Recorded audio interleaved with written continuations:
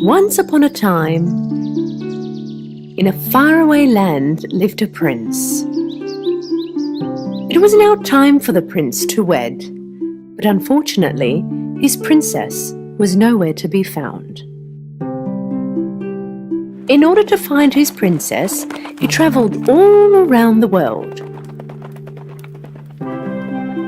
All the princesses in the neighbouring kingdoms visited the king's castle to meet the prince. But the prince was having a hard time trying to pick the right one. His father, the king, wanted his son to wed a real princess. After trying for so many years, he lost all hope in finding the right princess. Sad, hopeless, and deep in his thoughts, the prince continued to live his life. The king and queen were indeed very sad at this situation. Another sad night, as he sat there thinking, a big storm began.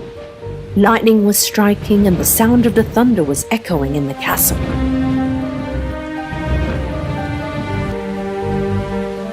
The prince was having a hard time trying to sleep as he watched the lightning strike from his window. But on the other hand, he couldn't help but think about his future princess. Amongst all the noise in the castle, one of the servants realized that the door was knocking. She opened the door and noticed a shivering young girl that was drenched from the rain.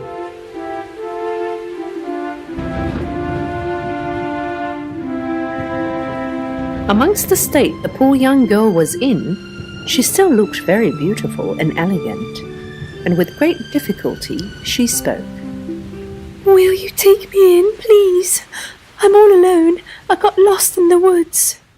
The servant felt sorry for her, and so she ran and gave the news to the king and queen. "We cannot refuse to take in a visitor at this hour of the night. Take her in." The king quickly let the guards know of the situation and ordered them. The guards took the girl in the castle's living room and sat her in front of the fireplace. Seeing the girl's clothes drenched in water, the queen ordered the servants so that they bring some appropriate clothing for the girl. All alone with the girl, the queen asked, "At this hour and in this weather, may I ask what it is that you're looking for?" "I'm a princess from a faraway land. My castle has been attacked by my enemies. In order to protect me, Mother and Father secretly sent me away with 2 soldiers, but once it was midnight, due to the storm, we lost each other, and here I am. I found your castle. Thank you so much for taking me in." The queen found it hard to believe, but even so found it harder to send her away from the castle.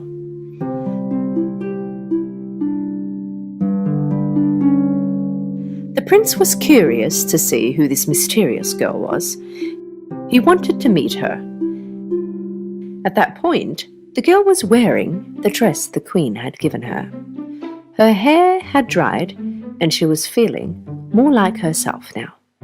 Now that she looked much more elegant and beautiful, as the prince entered the room, he couldn't believe the beauty and elegance and was mesmerized by her presence.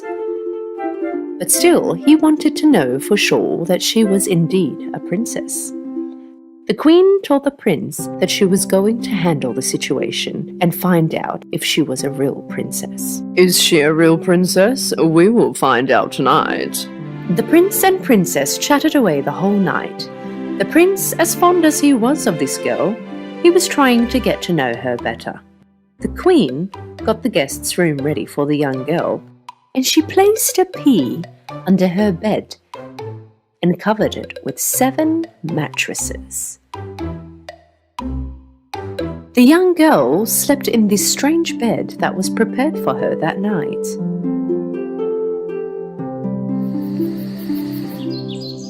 The following morning, the queen waited for the young girl to wake up, and when she did, she asked her, Did you sleep well last night?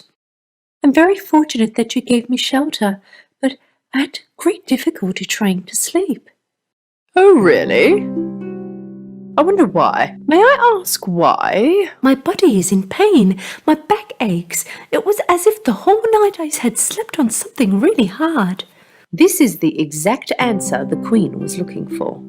She knew that only a princess could feel such discomfort coming through a bed covered in 7 layers of mattresses. She went next to the prince and explained all that happened. Hearing all of this, and finally knowing that she was a real princess, the prince couldn't hide his happiness. He told the king that he would like to wed the princess, and so the king accepted his son's offer to marry the princess. The prince asked that the princess stay in his castle for a few more days until the war was over in her kingdom. In fact, he sent out his own troops to help save her country. And soon later, the prince proposed to the princess. Will you marry me, my princess? And as soon as he got his answer, they lived happily ever after.